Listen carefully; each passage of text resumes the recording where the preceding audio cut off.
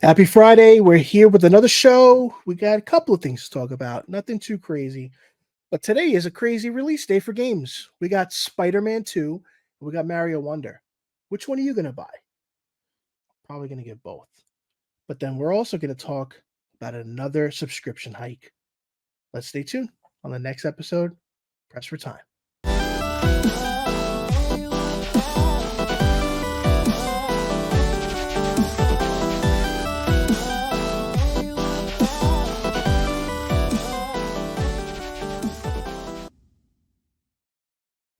Hey, Tyler. What's up, brother?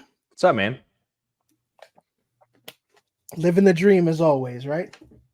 Something like that. Something like that. Well, it may not be our dream. Somebody else is dreaming about it, right? It is somebody's dream. So, how's everything going? Good, man. Busy. Name of the game, right? Yeah. Speaking of games, new release day. We don't always talk games, but today's a special day. Today we're talking games. So we got two new releases. We got Spider-Man 2, long awaited for a lot of people, and Mario Wonder. Very new and fresh out of the box Nintendo Mario game with a lot of changes, for better or worse. I haven't played too much of it, but there's a lot of discussion on that, so we can take a little time for each. Are you picking up either or both? Probably not, honestly. Okay. So Mario interests me for sure, but I don't have time right now to dive into it. So there's really no point for me to, shell out the $60 just to have it sit on my shelf for the next 6 months until I can get to it. So that's one that I will absolutely be picking up to play at some point, but probably not in the near future. I got too much other stuff going on right now. And Spider-Man's going to be a pass. Okay. Yeah. So not anything negative, nothing against the game, nothing against Insomniac. I played the first one. I almost platinumed it. I did almost everything in the game, and I liked it. I liked it fine. I enjoyed the game, but it really didn't hold me very much past that. Okay. I picked up Miles Morales and played maybe an hour, and I think I took it back. I traded it in. It just doesn't really land for me. I don't know exactly what it is. I think it's the combat, maybe. And so I'm not a huge sandbox style game guy anyway. I don't like Grand Theft Auto at all. I've tried to play it 100 times. I've picked it up on every system it's been on to try it. I'm always like, oh, I should get back into it. I really didn't like Red Dead a whole lot. I still can't really get into Cyberpunk. So the run around and pick up quests from random people and like grabbing, oh, hey, this group is talking and there's a quest here. This group is talking, there's a quest here. That's not the kind of open world, I guess, that I really connect with. Unless it's themed like maybe Skyrim. So I was going to say, so that's exactly my next point. Bethesda does them so differently, and I can't explain to you how it's different. I really can't, but you know what I'm talking about. Yeah, and anybody that's listening knows. It's got their pepper on it. Yeah, Bethesda open world is different than any other style of open world game. And I like Bethesda games a lot. I've played pretty much all of them. But yeah, Spider-Man just does not connect with me for whatever reason. So yeah, I'm going to be passing on this one, I think. Okay. Perfectly understandable. And again, we're not here to give hate and everything like that. Oh, not at all. No. I just want to stress it's important that we get these great divided opinions. You know what I mean? Yeah. And again, it's not a negative opinion. It's a lot of these games are so highly praised. You don't see too much of, the lack of interest. Yeah. So it's definitely an interesting take. And I was curious to be why. And you definitely explained it, so it makes sense. Yeah, and I'm a huge Sony guy. I mean, I've got my PlayStation 5 as my primary console, and I'm not on PC. I'm a huge Spider-Man fan. It's just the gameplay does not land for me. Right. So I don't know. I liked the Infamous games. I liked 1 and 2, And then the third one, Second Son, I was never able to get all the way through. It didn't. It's same kind of deal. It really didn't land for me. So Right. Different character too, definitely a departure. for sure, Um, for I sure. definitely feel like the power is kind of elevated later in the game. Like I Yeah. really worked hard to get to that, but I feel like I trucked through that in many cases where like casually enjoying, you know what I mean, the original two. Mhm. And I never played the DLC for I believe it was the second game where you were like a vampire, you got infected. Oh yeah. Yeah. I'll tell you what, kind of circling around the same territory. I wish they would bring back the prototype games. And those games played kind of like Spider-Man a little bit, but I would Not like a the return ports. to no. Play No, the I would like originals. I would like a return to that. I would like a new one. A new one completely built from the ground up. But yeah, I'm excited about the game. I'm happy that it's out there. I'm thrilled for everybody that's been waiting and excited to play it. It looks fucking gorgeous. It's one of the best looking video games I've ever seen in my life. I mean, the city is incredible. I think everything looks fantastic, and it looks like it's a lot of fun. Just not going to be my thing, but I'm really am excited that it's out there and glad that it seems to be so good. Yeah, I mean, today is, as of recording, the launch day, so it's out and a lot of people are playing it. I'm hoping to get my hands on it today, play it as much as I can. I'm super excited. I loved the original and the subsequent remaster where we kind of changed Peter Parker's face. That kind Yeah. of always leaves a weird taste in my mouth, but you got to get used to it. And yeah, I'm super stoked. Unfortunately, so much is leaked on the world of the internet and TikTok, and you could only avoid so much. So some stuff has been spoiled for me, but I'm still super excited. I can't wait to get my hands into it. Yeah. And then Mario Wonder, I'll be getting for my son, as we It does. It know. looks so good, man. It's such a cool return to, old school Mario style. Like I'm thrilled. I'm really excited to play it. Just like I said, it's not going to make the high priority list right now. So, but I am really looking forward to when it is time. Now, let me ask you: is there any games by the end of the year that you're waiting for still that haven't come out yet? Call of Duty. Okay, that's it. Every Pretty year, much. every year I'm like, probably Give it a not going to try. dive into this one. Well, no, every year I'm like, I'll probably skip this year. Like, I'm kind of Call of Dutied out. And then the game comes out, my friends all get on, and I put 250, 300 hours into it. And that's the end of it. Go figure. Yep. All right, cool. But yeah, Mario Wonder is fun. From the little bit I played at the Nintendo event a couple weeks ago, Yeah. my son got a little bit of a taste of it in GameStop, which is really cool. And coincidentally, and funny enough, he actually finished 3D World last night. I was upstairs after I took a shower, and I just hear stomping, stomping. Yeah, like just so happy. Um, so it was really cool achievement, to see my 7-year-old just be into the games and finishing right on time. He's still dabbling in the Bowser's Fury, which is a little bit of a departure from the way the other game plays, and I think he's a little confused because it's Yeah. kind of like right there. I had never seen it before. It's cool seeing a Super Saiyan cat Mario. That was kind of interesting. Like I had Yeah. missed that, I guess, in the trailers, but yeah, it's cool, and I think he'll be really excited to play that. I think my wife's gonna pick it up for him today, Awesome. working in the retail. So she's Yeah. she's she's in it right now, and it's cool. It's an exciting time to be a gamer. I think 2023 has been really good to us in terms of games. A lot of stuff that was delayed over the years, and it's a lot of contenders for game of the year, which I think we'll do our own thing as we get closer This to is the going end to of the year. be, yeah, this is, I mean, maybe going to be the most difficult year ever I have for to game of agree. the year. So many good, and for movies too. It's crazy. Like the Oscars this year are going to be nuts. Yeah. I am, It's speaking a of good time to be movies, a fan. yeah, a slight departure from our video games, but I'm going to see Killers of the Flower Moon, the new Scorsese movie tomorrow, and I am like, whew. And I couldn't tell you what it was. Not my thing. Dude, I'm so I'm more of excited. a Toxic Avenger kind of guy, if you guys didn't know Right, that already. right. I'm a bit of a No, Toxie snob. yeah. No, man, it's gonna be amazing. 3.5 hours.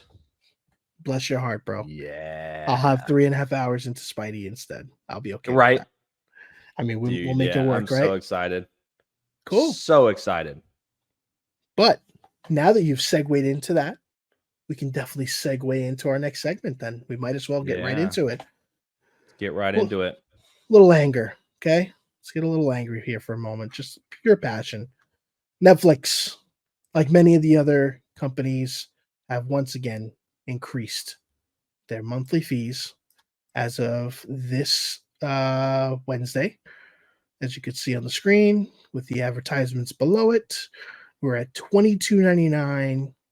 And yeah, for me, I'm good. I think this is a time where everything I say right now is going to be personal. It's going to be my opinion, no one else's, no speculation, anything like that.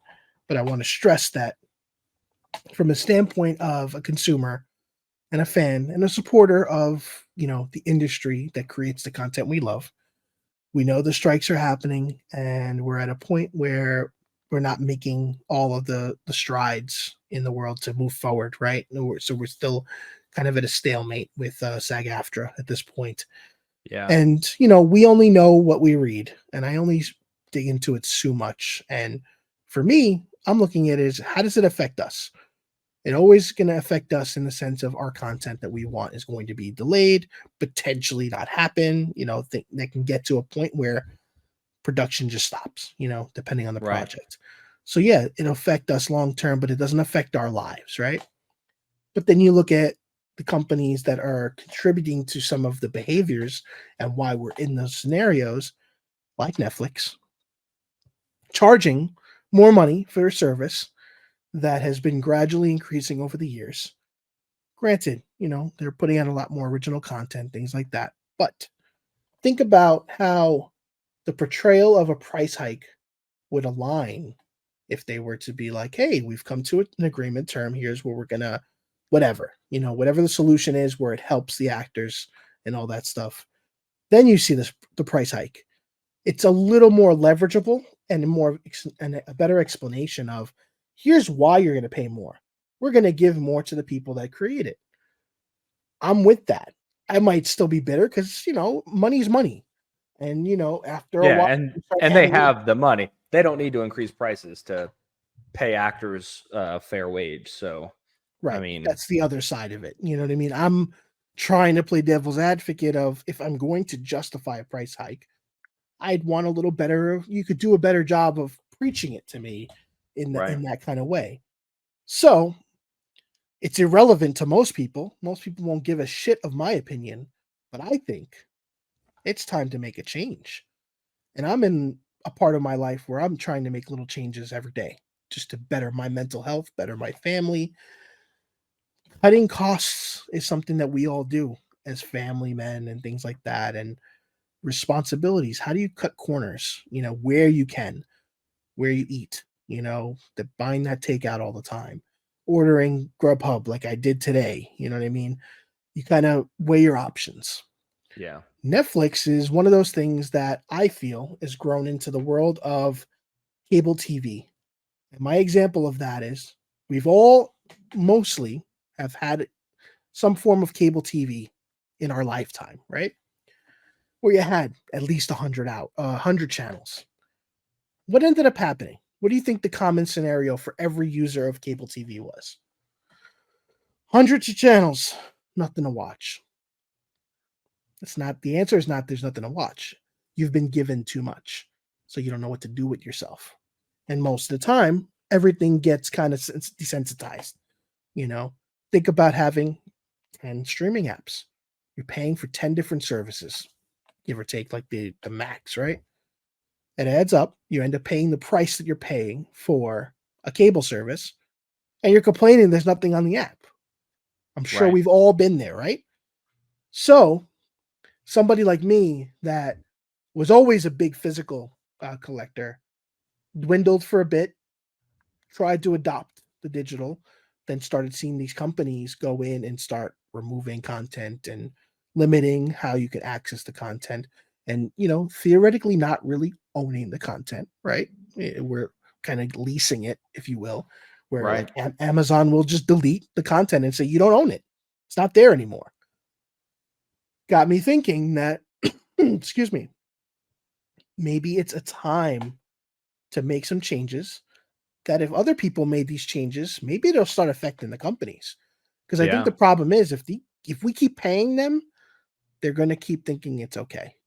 Yep. It's just like any other consumable item that we purchase, an action figure. I don't want to name drop companies, but everything has gone up. The world, everything that costs money has gone up. Everything is more expensive. Yeah, it's $500 to go to the fucking grocery store and get shit for my kids. Like Walmart. I'm not going to like the bougie grocery store. I'm not going to fucking Whole Foods or something like that, like complaining. No, I'm going to Walmart and buying normal people food.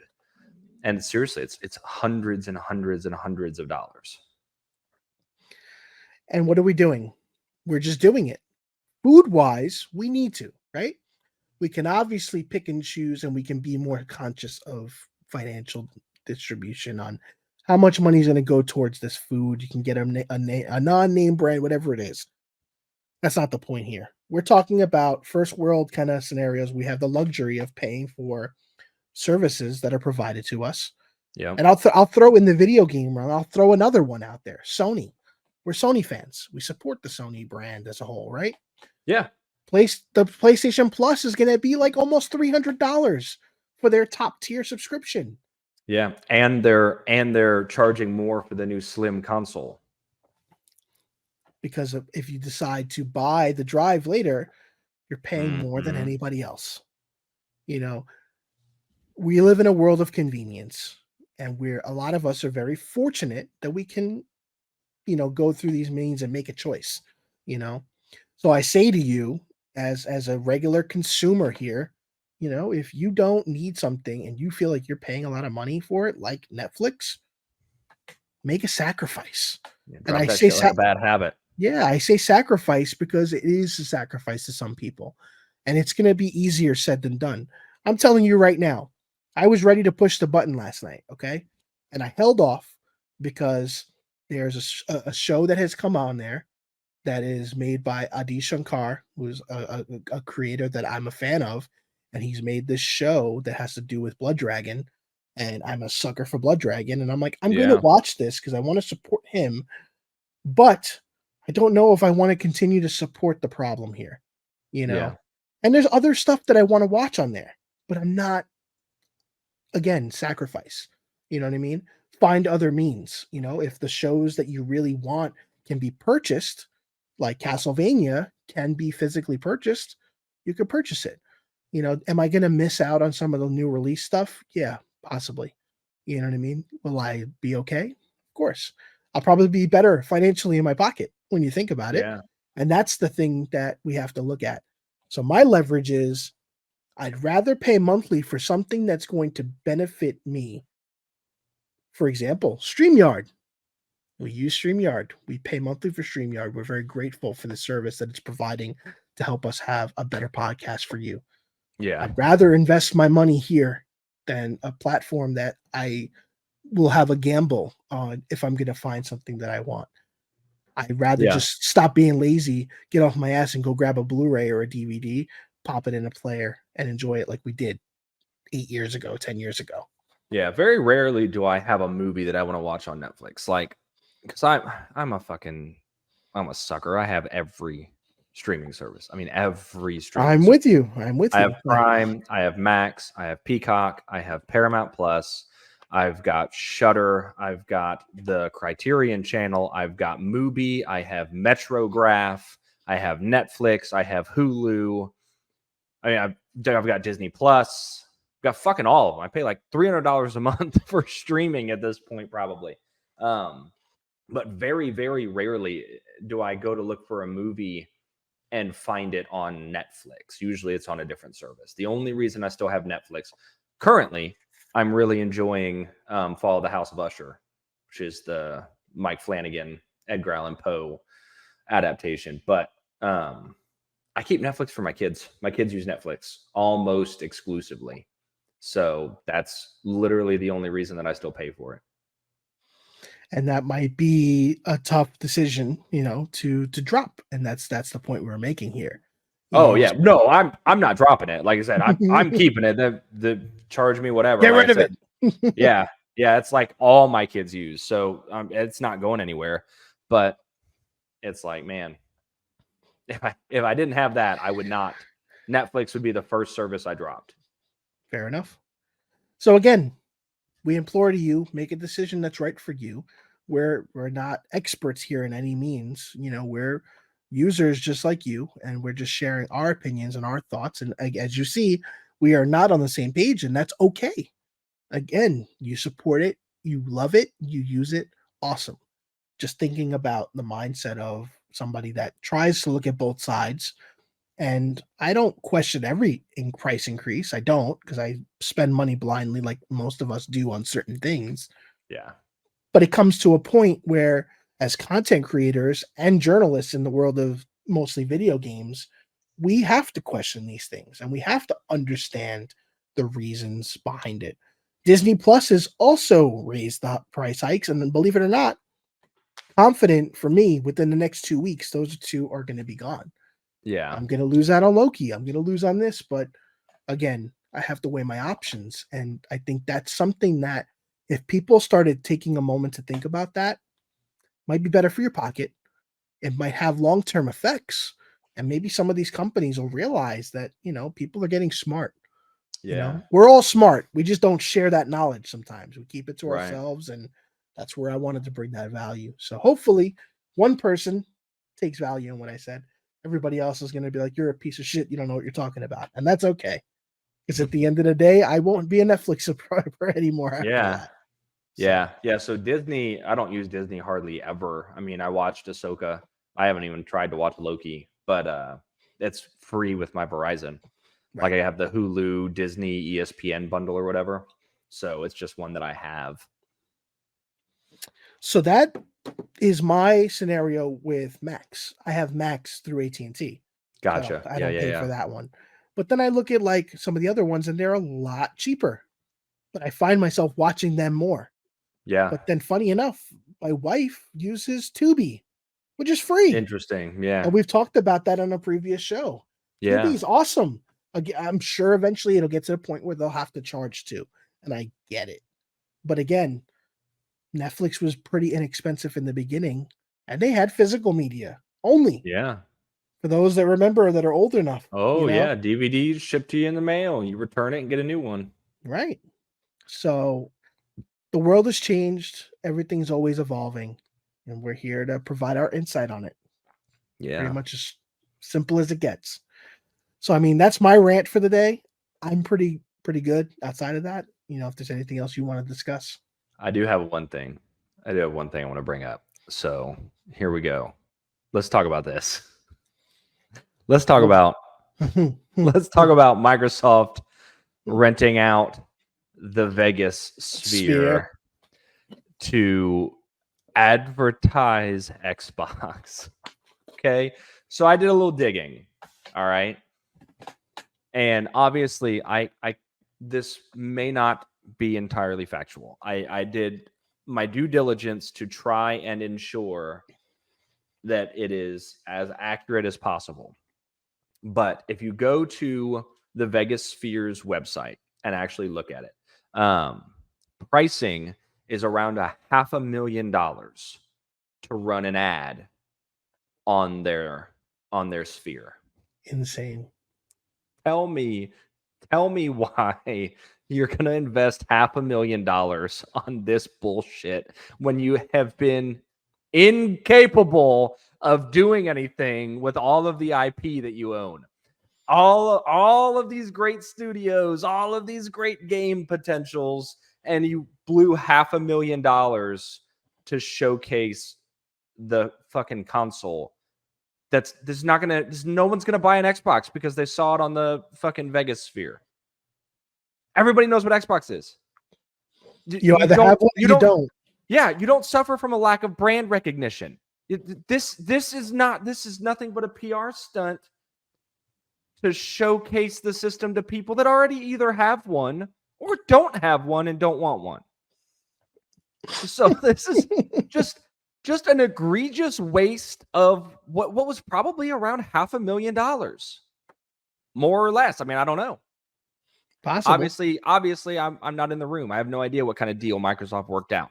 Yeah, one of those, Yeah, something. Double slap and elbow and but dude, spit in the hand and a little bit of blood, right? The fuck, man. I don't know, dude. All I'm saying is it's a really cool design, the building as a whole. Oh yeah, the building's cool. And I love the idea that they can have concerts in it. Like, it's really awesome because there's nothing. I want to go watch. But I want to go watch Lord of the Rings inside it. Imagine. I can. Yes. Oh, really? They do that? I can imagine. No, why you can watch movies in it though. Like, you can play movies inside the thing. You can do a movie screening. Like, interesting. I would love if I had Jeff Bezos money, I would rent that thing out and watch all the extended Lord of the Rings inside the fucking sphere. And I would just probably watch Fort Fairlane or Toxic Avenger or Orgasmo. Oh man, can you imagine? Orgasmo would be nice. Stunt cock. Yeah, I don't know if I want to see a stunt cock in the sphere. Cock rocket. Let's go. I'm all for it. Oh, speaking of cocks and Max. I don't like this. Max Cox. Have you seen the Naked Attraction show that they advertise on Max? No. So it's a British dating show. I have not watched it. I pulled up Max today because I watched My Neighbor Totoro with my son, which is amazing. I love that Max has all the Ghibli films. But anyway, pulled it up, and one of the things Max was advertising was Naked Attraction. And I was like, what the fuck is that? So I looked it up. It's a British dating show where I guess they do men and women. So for example, a woman is the contestant on the show. She kind of gives the specifications and what she finds attractive in a partner. And then I think it's like 8. There's 8 boxes. They find 8 contestants, like 8 potential dates, strip them completely fucking naked, put them in the boxes, and then the main contestant, the woman, stands in the center, and they raise the doors on the front of the boxes up to like above the knees so she can look at their lower legs and like their feet. And then she can be like, okay, I find these ones attractive, these ones not. Then it raises up to the waist so she can examine their cocks and determine which cock she likes from there. Then it raises up to the chin so she can see the torso, and then it reveals the face. And she picks her date based solely on their appearance. Naked attraction, your attractiveness to them naked. Christ. Then the contestant has to strip naked, let the person she was judging look at her and determine whether or not they want to participate in the date. Then the two of them get dressed and go on a date. Oh my God. And it works the same for the men. The men stand there, observe, and there are women in each of the boxes, and it raises to look at their legs, raises to look at their vaginas and their asses, raises to show their breasts and their torsos, and then shows their faces. And I was like, this is a real fucking show. This is a show that airs on cable in Britain, apparently. You just watch it on regular TV. Yeah. I don't know what you want me to tell you. I'm not. Well, I mean, I don't want any feedback. I was flabbergasted. Yeah, that's what I was like, oh my God. Like, I'm no prude, but I was. No, but it's more just like, really? Yeah, like really? Shallow Hal all day. Yeah, it was the craziest. It was the craziest fucking thing. I was like, there's no way that's what this is. Oh, there is, in fact, way that's what this is. Yeah. Oh, you thought you came here. And my real question here is, did this advertisement come when you were watching that movie with your son? No, so it wasn't an advertisement. Okay. It was on like the Max homepage. Like, so I pulled up Max. Which is even worse because it's under your name. Correct. I mean, I'm an adult human, but it's the only place apparently to stream it. Yeah. The only place apparently to stream it is on Max. So Max is advertising it on their front page, like, hey, watch Naked Attraction. And so that's what I looked at it and I was like, what the fuck is that? So then I looked it up on my phone. It's like, not Jesus. on the TV. Yeah. And was like, oh my God. Yikes. And I assume it's uncensored. Oh yeah. Jesus Christ. All right. Oh, I yeah. think that's a great way to end the show. Great. Flabbergasted. Yes. Any other words of wisdom before we leave? Nope. I think that about covers it. All right, everybody. We hope you have a great day. We appreciate your time as always. We're hoping to maybe have one more Halloween-based content episode before the season is up, including a Five Nights at Freddy's movie review by ourselves and our children. Stay tuned. That'll be an awesome show, and we'd love to get their 2 cents, being fans at a young age. And remember, FNAF came out almost 10 years ago. A lot of these people that are bitter about kids seeing the movie, you were a kid when you saw it in the essence of the game. So let's play well, and it's PG-13. So as long as we're not letting them watch it by themselves, we'll be good. I'm excited. So I'm excited. Looking forward. We'll stay tuned, and yeah, we'll talk to you guys soon. Take care and have fun, everybody. Have a rocking weekend. See you guys.